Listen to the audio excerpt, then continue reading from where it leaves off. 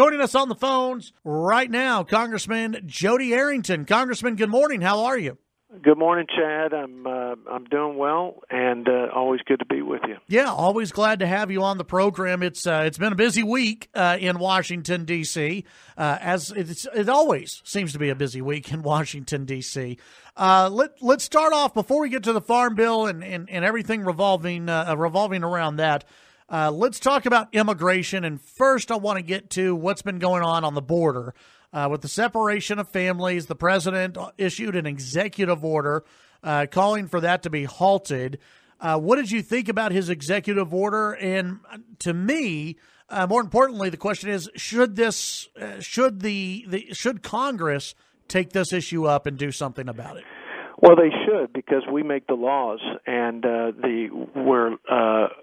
we're long on executive action and short on congressional action. And the way this thing works, the framers set it up in Article 1, where Congress would actually make the laws and the executive branch would enforce them. And the president, we finally have a president that's actually enforcing the laws of the land as it relates to immigration policies, and it's just highlighting more broken pieces of our current immigration laws.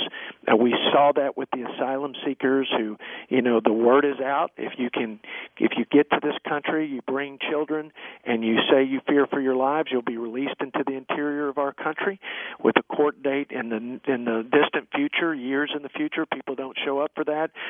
This is another aspect of immigration that's not working. In that, I think, Chad, we should keep parents and children together. I really do. I don't have any. I think that is a good thing. I tell you what a bad thing is, though, and this is what other presidents have done. In order to do that, they've done the catch and release. They've administered catch and release. They've just said, okay, we can't detain children more than 20 days, so let's just release the parent and the child, and let's have a court date in the future. Again, they don't show up for that. We must stop catch and release. We must detain. We must arrest, detain, and prosecute, and until we determine if somebody's here lawfully or not, and then expeditiously deport them back to their country of origin. All of that's true. Ted Cruz's bill recently will do that. I support it. It builds more detention facilities. It doubles down on judges so we can expedite hearings, but it keeps the children and parents together. It's real simple. That's what we ought to do. Congress ought to act, and the president ought to continue to do what he's doing. And by doing that, enforcing the law, put pressure on Congress to do its job. But will they? And the reason I ask that is Democrats, I haven't seen them jump as quickly in front of a camera as they did this past week to say how dismayed they were, how gut-wrenching it was, and then Chuck Schumer comes out and says, yeah, but we really don't want to do anything congressionally. We don't want to do anything legislatively. So is anything going to be done through Congress? Well, the immigration bill that we voted on, that I voted for and co-sponsored, the Goodlatte bill, which was the more conservative bill, I thought it wasn't perfect, but I think it definitely gave the president the border security measures he needs. It closed the loopholes on enforcement of our laws. It also ended chain migration and lottery. And so that would have been a great solution. It also solved the parent-child separation issue. Now, we postponed the second one, the more moderate bill, and we can talk about that later. But I think we're going to have to do a standalone piece on this, and I can't imagine. I'd love to see whether the Democrats will actually vote to solve the problem instead of demagogue it for political purposes. But I think the only way we can do that is to strip that out of the bill and just do a single rifle shot on this issue. Again, Ted Cruz has a bill that I support, but there may be other versions I would support as well. So, yeah, I think we pull it out and fix this in a single shot, and let's see if the Democrats are actually serious about addressing this issue, or just getting in front of the cameras, like you said, just to try to make the president and Republicans look bad in the midterms. Yeah, even with a standalone bill, I think I know which way I'd bet if I were in Las Vegas. I just don't see the Democrats signing on. I think they I think they want this issue. I think they don't want this to be solved because they want to campaign on this. Well, they do, but you know what? Every chance we get to highlight, just like we did on the shutdown, they shut the entire federal government down, cost hundreds of millions of dollars. In just the short time they shut it down, and they did so over people who were in this country illegally. That did not go well for them. That's why Chuck Schumer turned around so fast. Every Democrat's head was spinning because they were losing on it. They'd lose on this. But to me, A, it's the right thing to try to push this through and fix the policy on this, but B, it puts the Democrats in a position where we find out, how real their compassion is on this particular issue. Yeah, visiting with Congressman Jodey Arrington. Let's talk about the two immigration bills. You had the what's been described as the more conservative bill that failed. And then you had another bill that is out that has been postponed until next week. Explain to us the differences between the two bills and why the conservative bill failed. We got to 193. We needed 218, essentially, on the conservative. That's a really good vote, by the way. I think we can get there, and I think we should keep hammering on it. Some people say we should wait. Even the president says, wait till we get more Republicans in the Senate. I don't think so. I mean, the House has a simple majority. All we need is 50 plus 1. We're just negotiating with ourselves. Let's get a bill that we can put down as a marker for the Senate. The more moderate bill versus the conservative, let me tell you the difference, and it gives me pause. It's good on border security. In fact, it's better than the Goodlatte bill on border security because it front end loads the wall. It guarantees you're going to get the wall, and then it does close the loopholes. It does all the things. It doesn't go all the way on chain migration. It allows the new immigrant to reach back and sponsor parents and unmarried children. So that unmarried spouse siblings.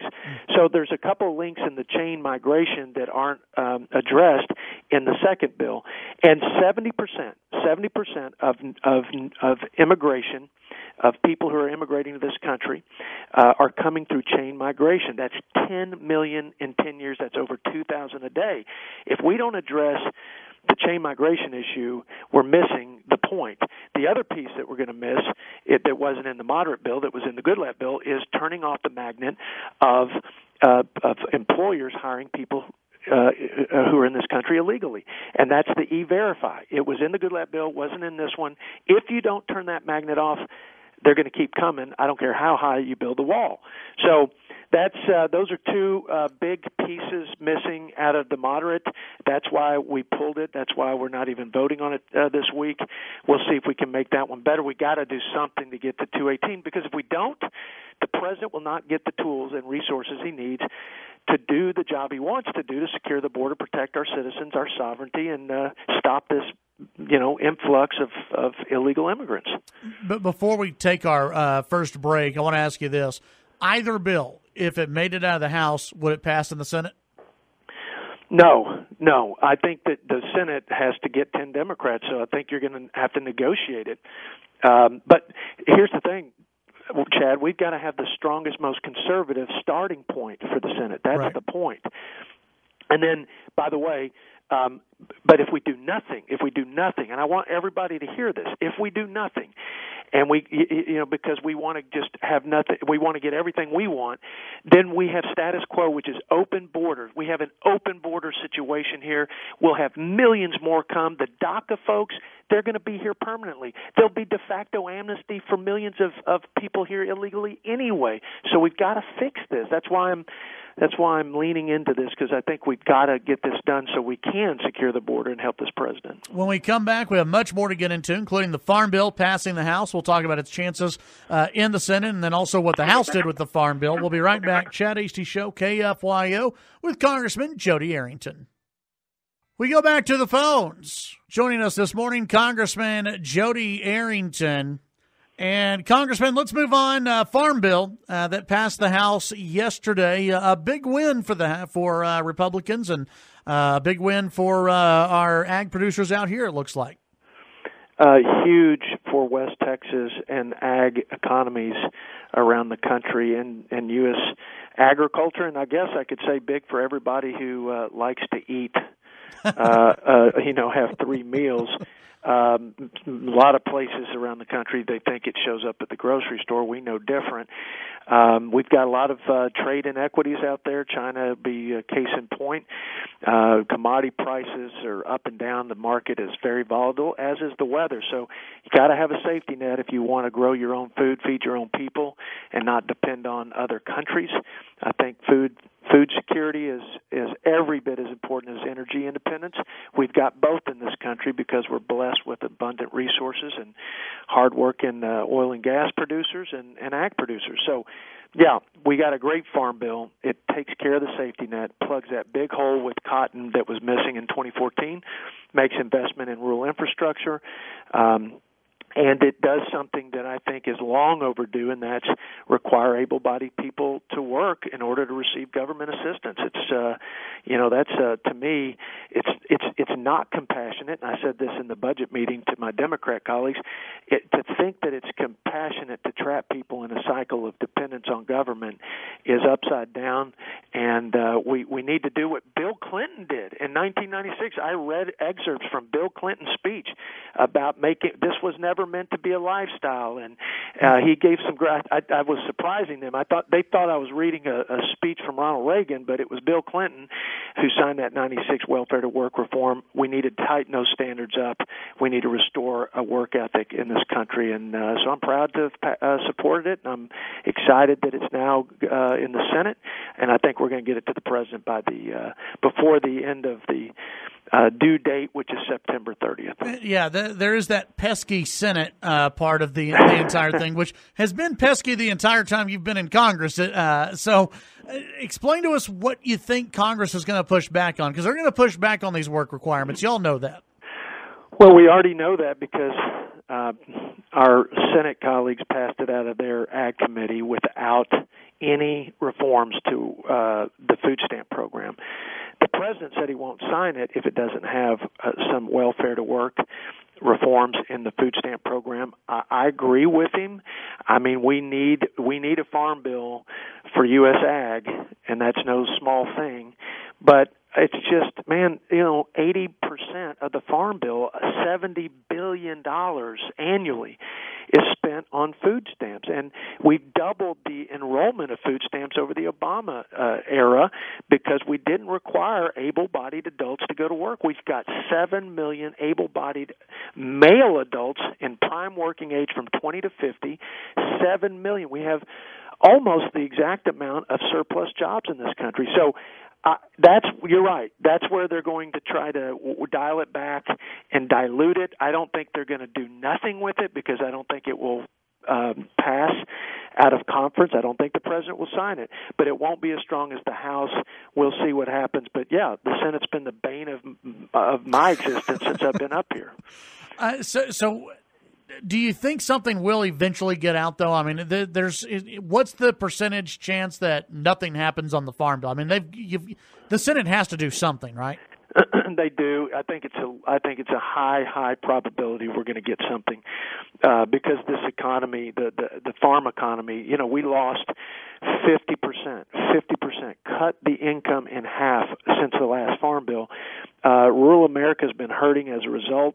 I think Republicans and Democrats both support the farm policy side, the ag policy. It's all about the food stamps at this point. I think we'll find a compromise there. It won't be as strong as the House, but it's got to be in there. I feel strongly about it. But listen, the 60-vote rule in the Senate is what is just killing us. It's killing us on just about every big policy. It's not constitutional. It's the rules of the Senate, and as long as Mitch McConnell keeps those rules in place, they give all the leverage to the Democrats. Do you want to get rid of that rule? I would for certain things. I can appreciate that when Obama and the Democrats were running things, that rule played in our favor. But I certainly think, with appropriations and funding the government and some other things that I would take that away. But I think there are some arguments for for keeping at least some threshold above simple majority. But I debate that. I'm open on that, because the founders I think would say that the majority rules. The problem is you got to live with that on both sides, and we'd have cap and trade, gun control. We'd have a whole host of things from the Obama era if we didn't have the 60-vote rule. Yeah, absolutely. I want to bring up something that you may or may not have focused any time on yet. The proposal from the White House that came out, I guess, this week to combine the Department of Labor and the Department of Education. Again, it hasn't made a lot of news, but it has been out there. What are your overall thoughts on that? I'd like to do away with both. I mean, I'm sure there's some programs that are decent. Maybe they produce something. I know there's some money that helps rural and underserved areas, but you can administer that through the Treasury or other departments and bureaucracies. I'm not a big fan of the Department of Education. I've said even from the campaign that's one $70 billion bureaucracy we could just strike off the books so that we can get at our debt and deficit. So I don't know. I'd have to look at that. I think if we did combine the two, you'd need to prove to me that we were going to reduce the overhead by 50% and reduce overall spending by a significant amount. If we could do that, sure. I mean, maybe there's a way to get some efficiencies. I mean, if we can reduce bureaucracy and reduce cost, I'm for it. I'm for considering it, but I'd like to do away with both of those because I don't see why we need to be in that business. There are a lot of good things that aren't necessary. There are a lot of good things that I'd like to do, but they're not constitutional. They're not core to our mission. And by the way, we're $21 trillion in debt. We need to be looking for everything that's not core and getting rid of it so we can pass this country down to our kids and grandkids in good stead. Right now, it's not. Congressman Jodey Arrington, as always, appreciate your time today. We'll visit with you here in a couple of weeks. Great to be with you, Chad. I'll see you soon, buddy. All right, thank you. That's bye-bye. Congressman Jodey Arrington, Chad Hasty Show, KFYO.